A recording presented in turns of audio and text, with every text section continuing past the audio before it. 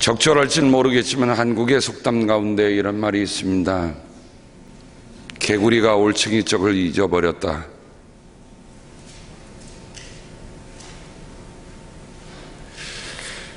모세는 걱정이 참으로 심했었던 것 같습니다. 무슨 걱정입니까? 40년 동안 지나온 그 광야의 역사, 광야의 레슨을 제2세대들이 잊어버릴까 심히 염려가 됐습니다. 40년 동안 우여곡절을 겪으면서 이제 바로 눈앞에 약속의 땅을 두고 자신이 못 들어가지만 그 임무를 여호와에게 넘겨주고 가야 할 모세였습니다. 그러니 마음이 어떻겠습니까? 내가 없으면 어떡하나? 그런 생각보다도 정말 내가 40년 동안 하나님께서 그 광야에서 무엇을 보여주셨는가, 무엇을 가르쳐 주셨는가, 이것만은 잊지 말아야지, 이거는 잊지 말아야지. 모세의 글을, 모세의 설교를, 모세의 교훈을 다시 읽다 보면 아마 오늘의 하나님의 사람들이 하나님의 말씀을 전하는 심정과 같지 않겠는가. 우리 성도님 가운데 이제 연세가 들어가시니까 가장 큰 걱정이 뭡니까? 라고 하니까 이렇더라고요. 혹시 치매가 올까봐 걱정이 됩니다. 치매는 뭐예요? 머릿속에 지우개예요. 제가 포토샵이라고 하는 컴퓨터 프로그램을 하는데, 포토샵에는 불필요한 걸 이렇게 지우는 프로그램이 있어요. 그게 이레이저, 지우개입니다. 근데 잘못 확 지우면 어떻게 됩니까? 다시 작업을 해야 돼. 물론 언두를 실행을 해서 다시 할 수 있지만 그걸 모르고 그냥 세이브했다 그러면 여태까지 했던 작업들을 다시 복원하기가 어려워. 그래서 그 지우개를 하나 들으면요 정말 조심해서 지워야 돼. 화면 하나를 예를 들어서 1mm면 한 10cm 정도 늘려서 그거를 살살살살 지워갑니다. 그런데 그거는 다시 할 수 있어요. 그런 원판이 있으니까 다시 할 수 있잖아요. 근데 만약에 디멘시아가 와서, 치매가 와서 내 머릿속에 있는 기억력이 점점 지나가면 어떤 현상이 생깁니까? 어저께 대화를 하는데 그러시더라고요. 치매가 오면 자꾸만 많이 드신대요. 당신 자신이 식사하신 것을 잊어버리는 거야. 사람의 본능 가운데 먹는 이 본능은요 참 큰 본능이에요. 왜 먹습니까? 살려고 먹는지, 먹기 위해서 하는 게 아니라 살려고. 그러니까 치매가 오더라도 살아야 한다고 하는 그 본능은 남아있어서 먹고 돌아서서 잊어먹어요. 또 먹고 돌아서 잊어먹어요.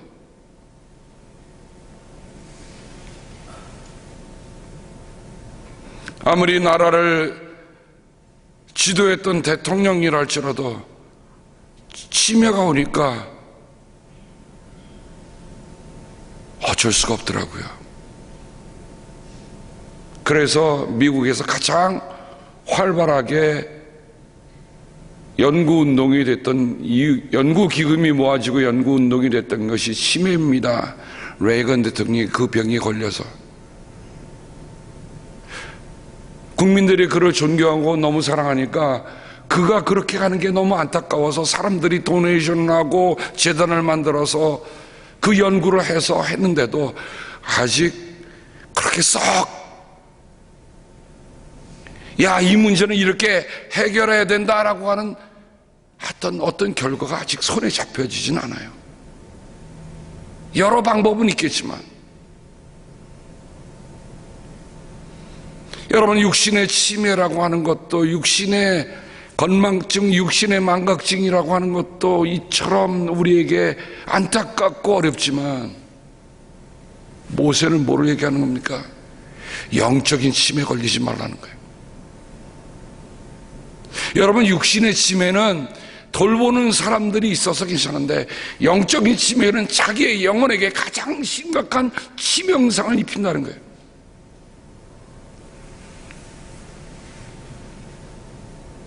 잊어버려야 할 것을 잊지 않는 것도 문제지만 잊지 말아야 할 것을 잊는 것. 여러분, 오늘 말씀을 통해서 모세가 간곡하게 얘기하는, 여러분, 영적인 치매에 걸려서는 안 됩니다. 어떤 치매에 걸립니까? 광야 40년간의 역사를 잊지 말라는 거예요. 여러분, 역사는 왜 기록합니까? 우리도 똑같이 살 수 있는 길을 미리 경고해 주는 거 아닙니까? 미리 경고해 줌으로 그런 역사의 우를 범하지 말라고, 역사의 전철을 밟지 말라고, 잘못된 길은 벗어나라고. 여러분, 창세기부터 요한계시록까지 나타나는 하나님의 말씀을 보면 하나님을 거스르고 하나님의 말씀을 무시하고 하나님의 말씀을 잊어버렸던 사람들이 어떤 사람이었습니까? 하나님의 은혜를 몰랐던 사람입니까? 아니에요. 하나님의 은혜를 다 알고 있던 사람들이요. 하나님의 도우심을 엄청나게 많이 받아서 자유로워진 사람들 아닙니까? 근데 그 사람들이 올챙이 쪽을 기억을 못하는 거예요. 다 잊어버렸어. 내가 잘해서 오늘 있다라고 얘기하는 겁니다. 말씀 읽다 보면 혹시라도 교만한 마음이 생겨서 오늘 배불리 먹고 좋은 땅에 살고 좋은 집에 살고 모든 일이 잘 된다니까, 그 다음에 무슨 마음입니까? 혹시 교만한 마음이 들어서 하나님이 당신들을 에집트의 종살이에서 끌어냈던 것을 잊어버리지 않도록 하십시오. 여러분, 우리는 다 이집트에서 종살이 하던 사람들이에요. 그래서 6월절이 되면 지금도 히브리인들은 자녀들, 손들을 모아놓고 6월절 식탁에서 이렇게 합니다. 우리는 떠돌이 아람인이었다. 우리는 이집트에서 노예였다. 우리 할아버지 할머니는 무슨 영의정 좌의정을 하고 뭘 하고 뭐 학교를 세우고 뭘 하고 이런 얘기가 아니에요. 히브리인들이 하는 건 우리들은 노예였다. 우리들은 떠돌이 아람인이었다. 집안 칸이 없었다. 우리는 명예나 벼슬을 한 적도 한 번도 없었다 라고 얘기하면서 그들의 역사를 일깨웁니다. 그 역사를 일깨우는 사람들이 지금 세계의 경제와 재교와 그 모든 것을 꽉 잡고 있어요. 여러분, 한번 생각해 보세요. 잊지 말자는 거예요. 오늘 내가 잘 살더라도 하나님의 은혜를 잊지 말자는 거예요. 사랑하는 성도 여러분, 영적인 치매 가운데 가장 무서운 치매는 하나님의 은혜를, 하나님이 우리 가운데 행하신 일을 잊어버린 일, 잊지 말아야 돼요. 잊지 말아야 돼요. 이거보다 더 심각한 병은 없어. 하나님의 은혜를 맛보고 떨어져 나간 사람은 다시 회복할 길이 없다. 히브리서에도 얘기합니다. 오늘날 세대는 어떤 일입니까? 제가 누누이 말씀드립니다만, 배은, 망은 은혜를 거스르고 은혜를 잊어버린 세대입니다. 어느 때 잊어버리던가요? 이 조금 살만하고 조금 아는 것 같으니까 스승을 저버리고 스승을 거스르는 거예요. 기껏 키워놨더니 모아졌던 걸 싹 빼갖고 따돌려가서 다른 회사에 가서, 다른 연구소에 가서. 한국에, 저는 이 얘기 들으면 머리에 피가 솟구쳐요. 한국의 중요한 기술을 빼갖고 중국에다 팔아먹는, 여러분, 그거는 이완용보다 더한 매국노들입니다. 한국이 어떻게 와서 오늘이 있는데, 어떻게 그 기술을 자기 혼자 살겠다고 빼돌리는 사람이 있어요. 뭐예요? 은혜를 잊어버린 거야. 자기 혼자 살겠다고 나라를 배신하는 겁니다. 국민을 배신하는 거예요.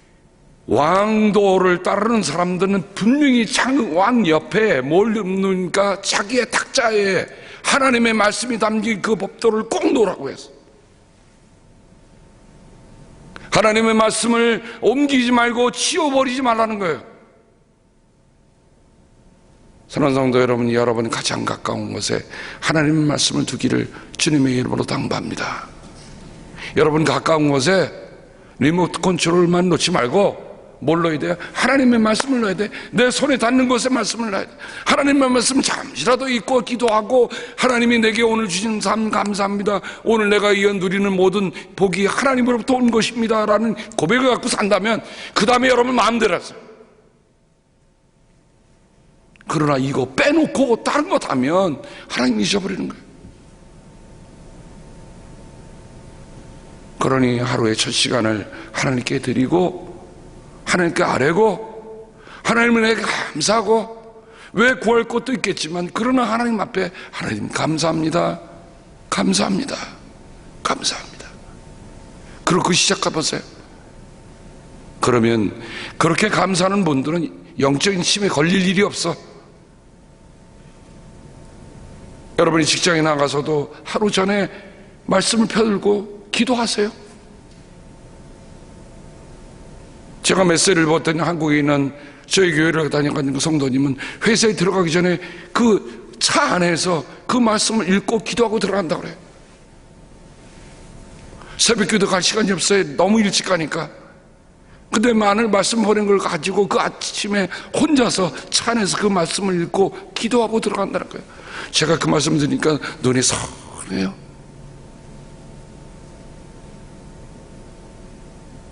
목사님, 이번 다역에 딸이 들어갔어요. 제일 먼저 알리더라고요. 그 말은 뭡니까? 그 딸이 열심히 공부했어요. 기도 가운데 자랐어요. 하지만 이 모든 것이 하나님의 은혜입니다 하는 고백이에요. 얼마나 멋있어요?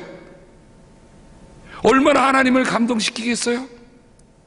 내가 최선을 다 하고 결과인데, 결과를 가지고 이건 내가 했다 하지 않고 하나님 도우셔서 했습니다. 하나님의 은혜입니다. 그런 의미에서 성도들은 잘 살아야 돼. 그런 의미에서 성도들은 잘 돼야 돼. 내가 살아가는 모습 속에 하나님께 영광을 돌릴 수 있으니.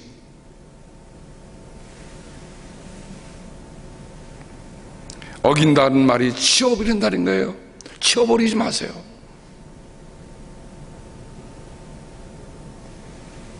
잊지 말라, 무시하지 말라는 말입니다. 이 말씀을 거듭 합니다. 근데 오늘 말씀을 보면 왜 잊어버리고 왜 지워버립니까? 전에 살던 삶이 비루해 보이거든요.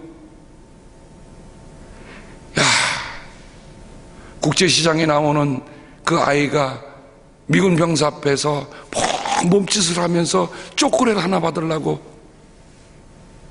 그게 우리였어요. 달려가는 트럭 밑에서 초콜릿 기쁨이 달려가는 그게 바로 저였어요. 저 어릴 적에 그랬거든요. 그럼 미군 병사들이 줘요? 아무리 내가 재롱을 떨었다 할지라도 그분들이 마음이 다치면 주겠습니까? 하나님은 우리에게 은혜를 거저 주셨어요. 초콜릿만 주신 게 아니야. 우리가 지금까지 살아온 삶, 이 모든 것을 우리에게 주셨어. 그러니 어찌 감사하지 않고 살겠습니까? 사람의 가운데, 문제 가운데 가장 큰 문제가 생기는 일들이 뭡니까? 재물입니다.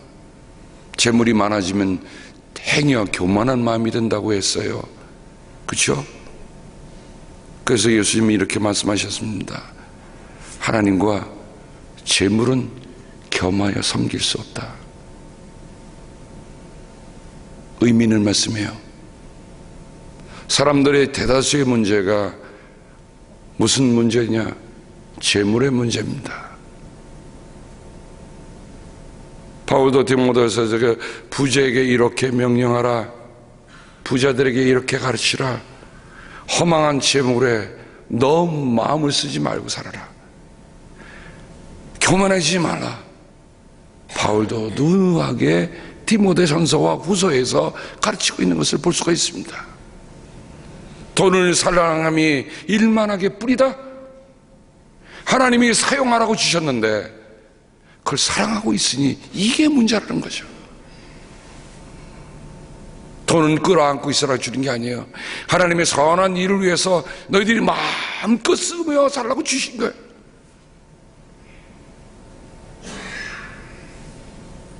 말씀을 대하면서 제가 잠언서에 있는 말씀이 여러분에게 읽어드리겠습니다. 잠언을 보면서 헌신의 잠언이라고 이렇게 되어 있는데, 주님께 두 가지 간청을 드리기니 제가 죽기 전에 그것을 이루어 주십시오. 여러분, 죽기 전에 이룰 기도가 많겠지만 저는 이 기도를 보면서 이런 기도를 자매는 드리고 있다. 허위와 거짓말을 저에게서 멀리하여 주시고. 허위라는 건 뭐예요? 껍데기예요. 가장하는 거예요. 히포크리토스, 가면 쓰는 거예요. 내가 아닌데 인 것처럼 하는 거예요. 사람이 가장 자유로울 때는 뭐예요? 많이 이렇습니다. 내 진짜 이거는 이겁니다. 이렇게 내놓으면 자유로워져. 근데 이거 아니려고 자꾸만 덮으려니까 어려워지는 거예요. 허위와 거짓말이 뭡니까? 아닌데 인 것처럼 얘기하는 거 아니에요? 이것을 다 저에게서 멀리하여 주시고, 저를 가난하게도 부유하게도 하지 마시고 오직 저에게 필요한 양식만을 주십시오. 정말 이렇게 기도드릴 사람이 몇 사람 있을까요? 부하게도 말게 하시고 빈하게도 말게 하옵소서. 그 이유가 있어요.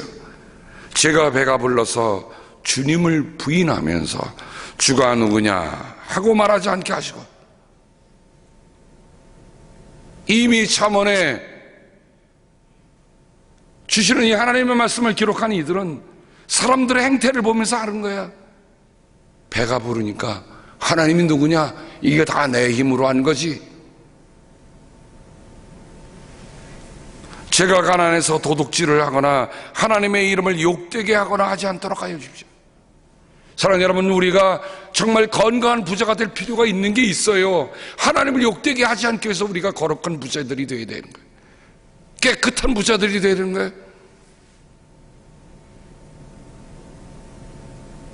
하나님의 일을 한다고 할 때 필요한 여러 가지 일이 있을 때 저희 교회 키친을 리모델링 하자는 말씀을 우리 장로님이 들어가서 샅샅이 보시고 그런 얘기 하셨어요.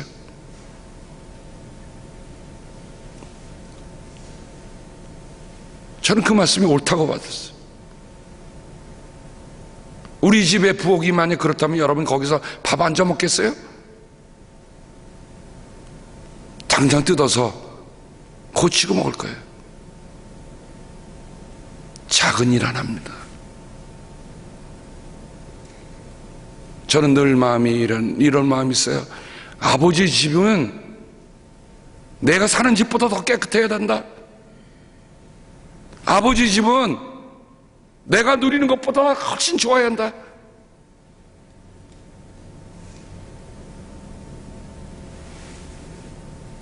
어느 때는 집이 정리가 안 될 때도 있어요. 근데 교회는 먼저 깨끗하게 정리하고 가네요. 왜 그렇습니까? 내 마음에 그런 마음이잖아요.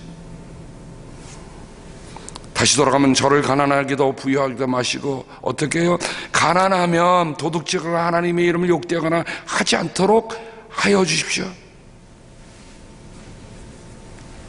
사랑하는 여러분, 아버지 집을 정말 사랑하고 아버지의 일을 사랑하고 아버지의 이름을 사랑하는 사람들은 아버지의 이름에 누가 되지 않도록 하는 거예요.